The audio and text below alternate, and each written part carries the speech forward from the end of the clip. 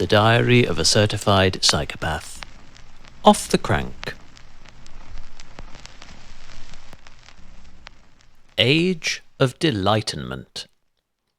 This mildly monochromatic Tuesday's impromptu spinning forecast would have been facilitated by every baby reindeer not associated with last year's smash hit drama thriller serial, as witnessed on Netflix by a trillion text-happy fantasists, their respective victims, along with every sound-minded viewer who the popular VOD service's algorithmically personalised entertainment consultants recommended might like at least to skim through the first couple of episodes and are currently still seeking advice from a clinical TV psychologist.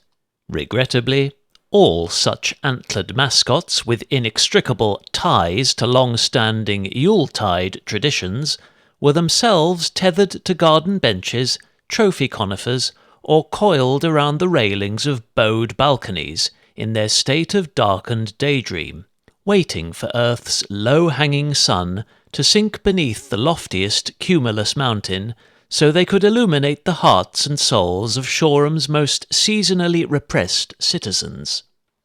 "Bah, humbug!" exclaimed every blocked storm drain along Buckingham Park's permanently flooded Cychopath. "All we want for Christmas is a visit from Daddy Dino-Rod, and if that's too much to ask, then come Boxing Day you'll have a big black ice rink to contend with." This didn't seem like such a grim prospect, since those festive marquees they construct in Worthing and Brighton cost around £15 per head for a half-hour session of synchronised stumbling, excluding the botanically mulled wine and gluten-free mince pies. Why not let's petition Ada Council to close the road and offer a budget-conscious alternative for any cash-strapped families who may have just squandered the last of their winter slush fund on a pair of almost waterproof wellies from our town's soon-to-be-terminated original factory shop. Small confidence builder. Tame tempo from a mindful and measured perspective throughout 40 semi-structured minutes, with a handful of unseated surges whenever gradients exceeded 3% or I was able to make my back a broad target for Brotherly Southerly's stiffening bluster. These sloth-twitch overs were interspersed with seated and soft-pedalled recoveries during all too brief interludes when both negative inclines and Newtonian laws combined to mostly mitigate elemental resistance. Tailgated out of town by the last double-decker to Stenning, a limited stop service that training roadies will often stow a sneaky toe behind, since its route just happens to overlap with numerous sections of an official time trial course, used for seasonal races that are organised and hosted by several popular local cycling clubs. This eerily empty, two-floored chariot might well have hounded me all the way to the village's revered shooting estate, had I not the presence of brain to save my bacon by bailing right at the Red Lion Inn. Once in a blue snooze.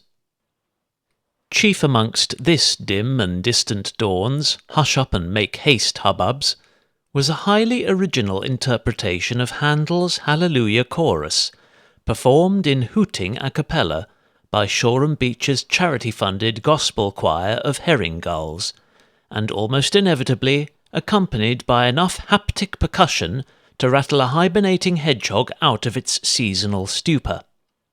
These tactlessly tactile intrusions came from my wrist-mounted fitness coach, who was ordering me to shred the usual minor mountain of move targets, and were interspersed with equally resonant text messages relayed from its smarter superior, which I wasted no time in angrily swiping away. Unsurprisingly, such frequent and vigorous vibrations will drain the battery life of any activity-tracking watch far faster than passively telling the time, especially when their aging cells can recharge to barely half of their original capacity. Hence, in a twist of tremulous irony, as I set off upon the sustainably strenuous post-supper spin that would fulfill Dr. Garmin's persistent requests, his depleted energy reserves expired mere seconds into the opening mile, leaving me and an almost flat iPhone 16e to regard Earth's radiant lunar muse alone.